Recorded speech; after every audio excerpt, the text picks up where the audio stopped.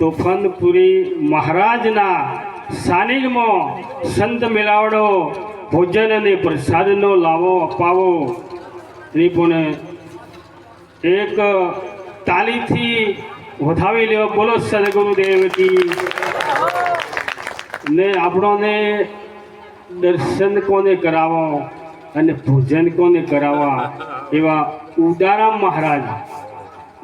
મહારાજ એનો સાથ અને સહકાર એના મહારાજસ્યમ તો પણ સાસરા નારાયણપુર મહારાજ અને બાજુમાં જે પૂરો મહારાજ આ બધું સાથ સહકાર આપી અને આ મેળાવડો કરી રાખે છે એનોના તરફથી પણ એક દ્વાર જોરથી તાળી વગાડો. જય હો.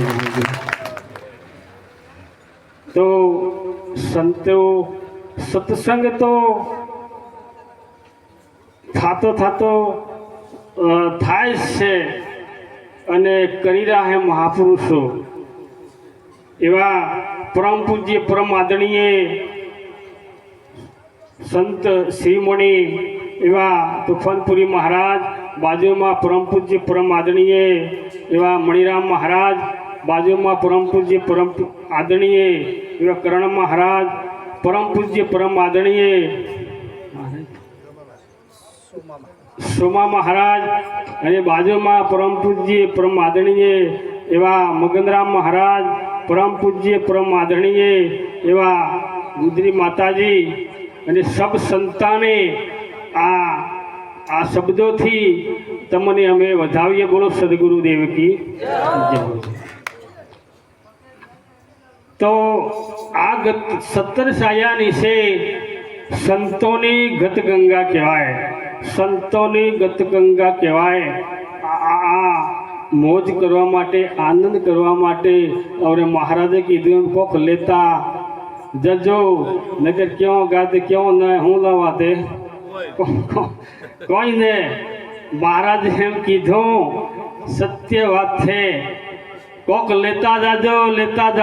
મહારાજે આશીર્વાદ કરી. એક ભાઈ લેવું સમજે એનોથી 500 રૂપિયાના બૂટ ઉઠાવવા.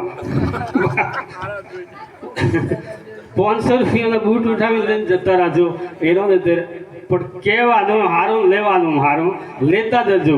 સમજેલું ને એટલે લેતું સમજવાનું નહીં લેવું એટલે આપણે જ ને લઈએ. આ તો ઉતર્યા એમનું આ તો કદાચ વળી જાય. આ તો આવું હોય મને ને આ રબર જેવું જેટલે લાગુ કરવું એટલું થાય.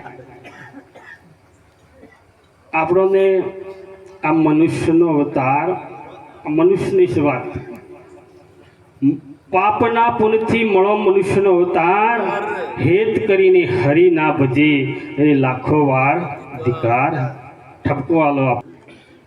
એમ જે આ શરીર દુર્લભ હે, આ શરીરને જેમ તેમ વાપરવાનું, વેફરી જવાનું નહીં, ભજન કરી લેવાનું હે. ભજન એટલે મુખથી ભજે માનવી, હૈયે ભજે કોઈ દેવ, સંત કોઈ સુરતાથી ભજે એનો થાય જય જયકાર. જે ગાવામાં આવે એને વણી કહેવાય. ઓઠકંઠ બંધ થઈ જાય એને ભજન કહેવાય. આ બધું બંધ થાય એટલે ભજન ચાલુ થાય અને આ પ્રક્રિયા થાય એટલે કહું હે